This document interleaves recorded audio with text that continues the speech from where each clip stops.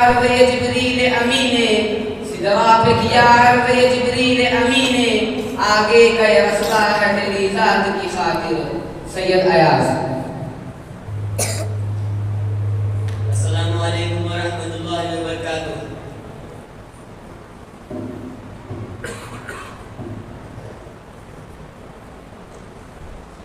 الحمد للہ وکفى وسلام على عباده الذین اصطفى اما بعد.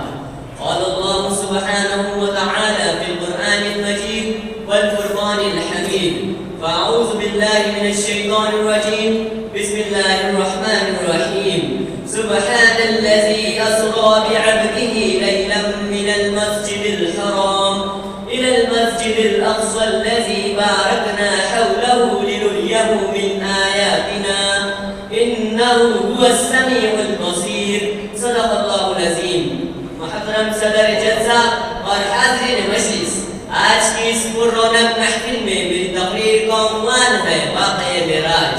حضرات، طائف کے دعوتی سفر سے لوٹنے کے بعد آقا مدنی تاجدار مدینہ سرور کائنات سرکار دو عالم صلی اللہ علیہ وسلم بہت زیادہ رنجیدہ اور کبیدہ خاطر تھے.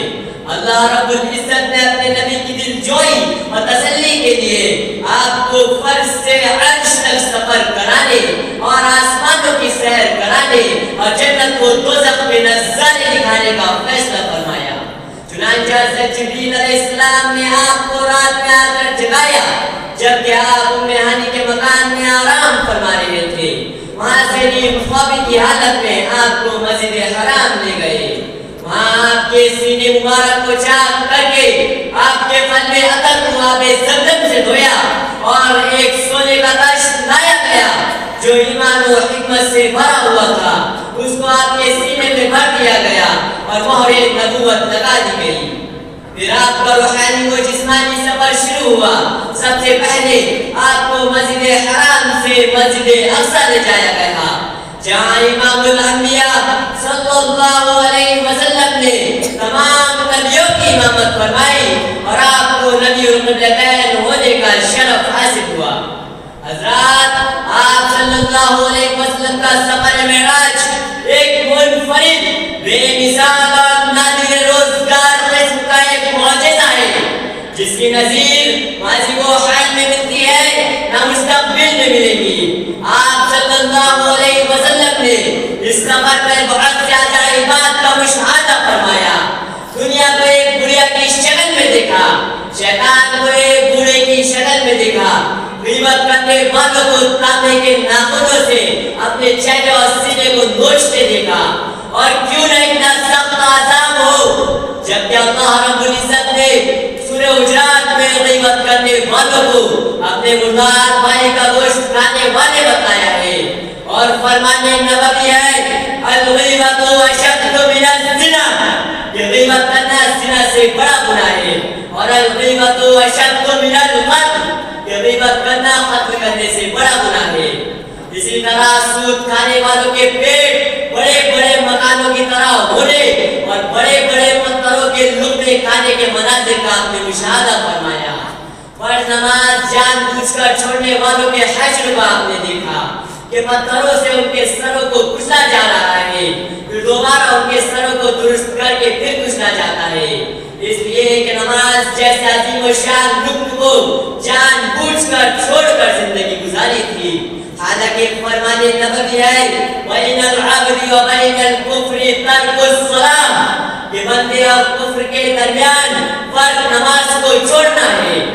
آپ صلی اللہ علیہ وسلم کا گزر ایسی قوم پر سے ہوا جو برہانہ تھے اور اپنی شرمگاہوں پر چتڑے لپٹے ہوئے اونٹ اور بیل کی طرح جہنم کے کانٹے زری اور زقوم کھا رہے ہیں.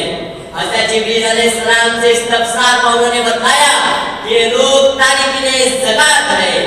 اللہ تعالیٰ نے مال عطا فرمایا تھا لیکن یہ لوگ اپنے مال کی زکات ادا نہیں کرتے تھے.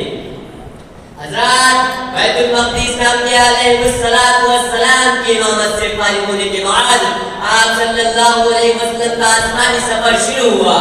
پہلے آسمان پر حضرت آدم سے، دوسرے پر حضرت یحییٰ و عیسیٰ سے تیسرے حفاظت یوسف سے، چوتھے حفاظت ادریس سے، پانچویں حفاظت ہارون سے، چھٹے آسمان حفاظت موسیٰ سے، ساتویں حفاظت ابراہیم علیہ السلام سے ملاقات ہوئی۔ ان تمام انبیاء نے آپ کے شہ نشان آپ کا استقبال فرمایا، آپ کو مرحبا کہا۔ ساتویں آسمان سے آگے آپ سدرۃ المنتہا تک پہنچے، جہاں سے جبریل نے کہا اب اس سے آگے میری رسائی نہیں ہے، آپ آگے تشریف لے جائیے۔ بہرحال اللہ کے نبی عرش الہی تک پہنچے، اللہ رب العزت سے ہم کلامی کا شرف حاصل ہوا اور نماز جیسا عظیم و شان تحفہ ملا۔